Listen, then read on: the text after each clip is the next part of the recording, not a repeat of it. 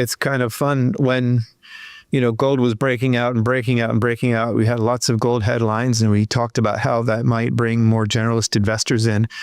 It's sort of fun, but also a little bit scary to see silver headlines on CNBC or Bloomberg. There was a video that went around a couple of days ago about, will silver head higher? And it wasn't silver or gold bugs. It was one of these mainstream media outlets. I forget which one. I have two minds on this. On the one hand, I'm long, and despite people calling me Darth Silver and all these things, I own plenty of silver stocks. I'm very happy to see it long. I've never been a bear.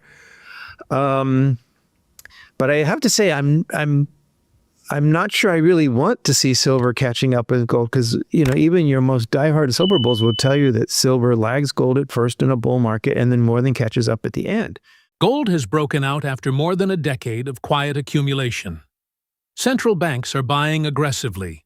The Fed is cornered, and the latest dip was the final pullback before the next major surge. Silver is even tighter. It just broke a 45-year cup and handle. Liquidity is drying up, and market stress is showing in sudden halts, collapsing premiums, and position liquidations. Smart money is shifting out of stocks and into metals, and the gold S&P spread confirms it. Momentum has flipped. Analysts warn the window to accumulate physical metal is closing. Volatility will rise, supply is shrinking, and any rate cut or geopolitical shock could trigger the next explosive move. In short, gold is leading, silver is lagging, but once it runs, it moves violently. Stack wisely, stay prepared, and expect historic price action ahead. Subscribe to Fine Metals for best financial advices and market analysis. End anytime soon. That's like saying the money printing is going to end soon. It just never happens. That said, the bull markets do end despite the money printing. So what I'm saying is, if silver bulls are saying, this is it, silver's finally going to have its day in the sun, it's going to have more, it's going to beat gold, be careful what you wish for, because if that's what happens, it means the end of this bull market is nigh. It is interesting what we've seen over the last, year and a half or so. I mean, it seems like there are signs here and there that this would be the final blow off top, right? The third stage of the bull market. I mean, one that I look at is the gold silver ratio, and it's below, it was around 80-1 for quite a while, and then it has broken down to about 70-1 now. It doesn't seem like close to where we've seen in the past, but it definitely is falling, which is typically what we see during that blow off top. What do you anticipate, if this isn't the end of the bull market within the next few months, maybe year, what do you anticipate for the metals going forward here? So yeah, again, Mr. Market doesn't care what I want. I would prefer it wasn't the blow off top just yet.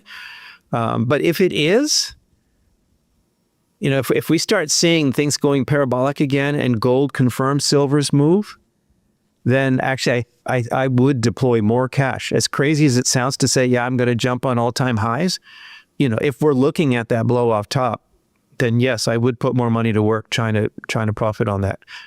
And I mean in the stocks.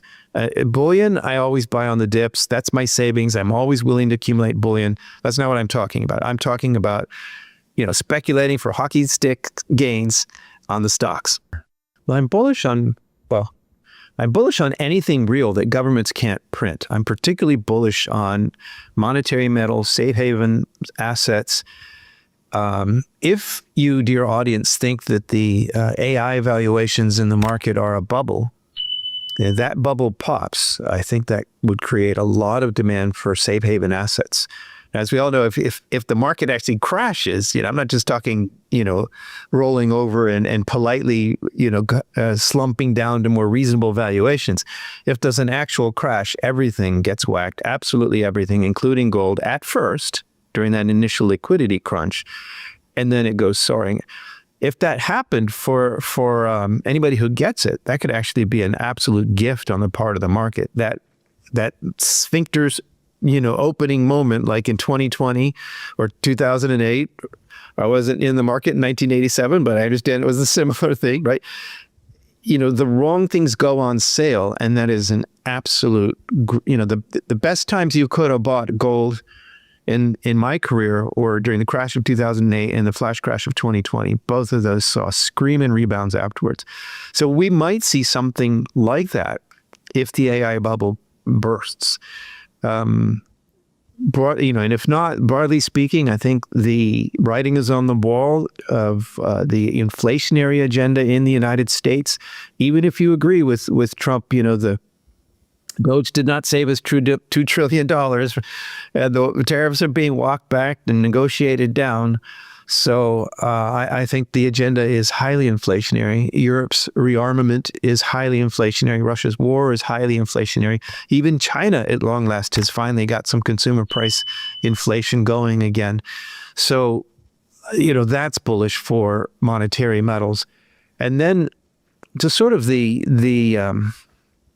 not just the geopolitical risk, but the awareness of how rickety the financial house of cards has gotten. I think, I can't prove this, but I think it has a lot of mainstream investors, deep-pocketed, not just institutions, but individuals, family offices, that sort of thing, saying, maybe I should hedge with a bit of gold and maybe some silver too, then just double their money.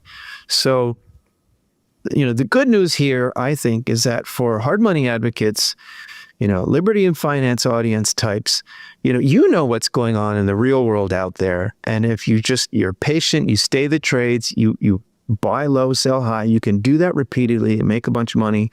If you're not in the money-making phase of your life, you're in the wealth preservation phase of your life, then, don't lose the faith, brothers and sisters. Your real money is what it is. And we all know, whatever the Fed may or may not do, those 25 basis points or not, that's not even icing on the cake. That's just superfluous almost. Small-time noise. And I know at the beginning of the year, you were talking about being very bullish on copper. We've seen that increase 30% this year. And now, again, you're calling for copper to be really your favorite play in 2026. Can you expand on this? Yes.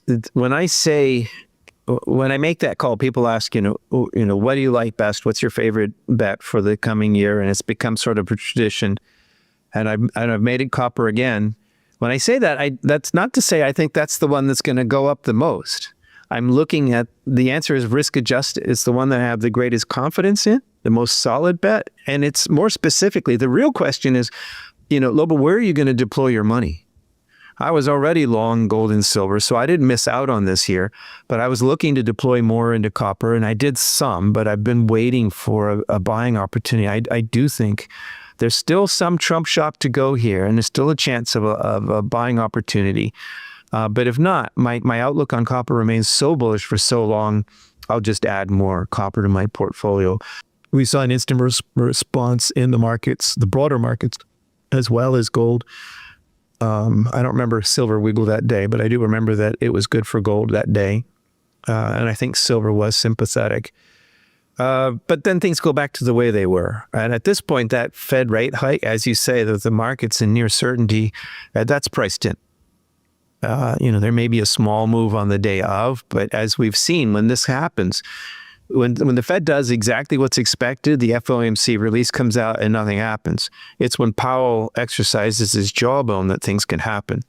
That's harder to price in, and more question marks about is Powell, he's on his way out? Is he gonna capitulate and just go more dovish because he's on his way out anyway, or is he on his way out so he's gonna just tell Trump to stick it where the sun don't shine and just double down on his obstinacy? I don't know. I don't know how you handicap that. Maybe Kelshi or Predicted or one of these places will have some sense of that. But that's just people's accumulated guesses. I don't know. Answer to the question is, I think these things are marginal. The debasement trade, and I think it's hilarious that Wall Street has suddenly discovered the debasement trade. We've been talking about this since 1971. Encouraged me to be reckless and gamble again and maybe lose even more than I made on that Bitcoin bet or something. That just runs contrary to the disciplined speculation based on understanding and my knowledge of mining stocks or mining companies or the specific individual issuers that I was taught by my teachers. So I'm not one of these people who hates Bitcoin. Actually, I think the crypto crowd did us gold bugs an enormous favor by teaching entire younger generations about the dangers of fiat, which old boomers were never going to convince them of. By the way, shout out to Lynn Alden in her book, Broken Money. Okay, she's more pro crypto, as you probably know, but that book does a fantastic job explaining so many things that you and I, and I'm sure most of the people in our audience, have believed for decades and have not been able to explain to younger people. Lynn Alden just did it. Classic case of what I'm talking about. So I don't know what Bitcoin should be. I don't know if it's going to go lower or not. But since I don't know, I'm out, and I'm perfectly fine to be out. Of 2020, you could say exogenous shock, pandemic, and so on. That doesn't really count. And in 2008, which was the last real stress test the whole system had, Bitcoin wasn't even there. The cryptos didn't exist. So, and this is not a hostile thing to say. This is just a fact. Like, if we're going to reverse, they're not going to have a great 2026. If we are building that plateau, if this is the next shoulder before the next head in the chart, then gold and silver will both outperform copper. I have no doubt about that. But that's an if statement, not a when statement, right? Rick Ruleism, never confuse if and when. So whereas copper, I see that more as a when. And the pushback here I get is, nobody wants electric cars anymore, so that's going to make copper demand go away. No, it's not. It's Dr. Copper. It's a fundamental industrial metal. And sure, extra demand from EVs it helps copper, but that's not the basis of the speculation here or the market, really. And people say the same thing about AI. Oh, the AI bubble is going to blow up. That's going to be bad for copper. Well, probably short term it would, and that could be the very thing that gives me the buying opportunity that I've been hoping for if that AI bubble bursts. Because it's certainly, and also this you didn't ask, but this also applies to uranium. Both uranium and copper, and maybe even to some degree silver, have become AI plays, and that could blow up. That doesn't change the overall fundamentals for any of those metals. But if the AI bubble does blow up, it would almost certainly be bad news for anything that's gotten an extra tailwind.